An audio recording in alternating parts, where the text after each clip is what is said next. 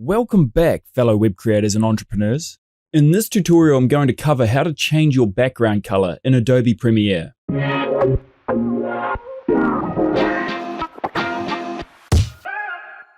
To kick things off, I've opened a new project with a default black background.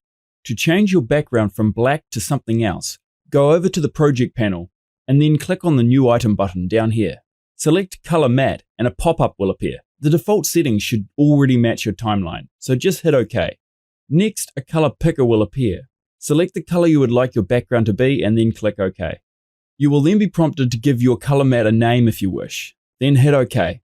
Your new background color matte should now be visible from the project panel. Drag the color matte onto the first layer of your timeline. Now your background is the color you selected. You can extend the background's duration by dragging the end to the left or the right. You can now add text or a transparent PNG image such as a logo to any of the layers above your background, and you'll notice the object will reveal the background behind it. To change the color of your background, simply double-click the color matte on your timeline, select the desired color, and hit OK. And that's it for this tutorial. I hope you learned something new. Thanks for watching, and I look forward to seeing you again soon.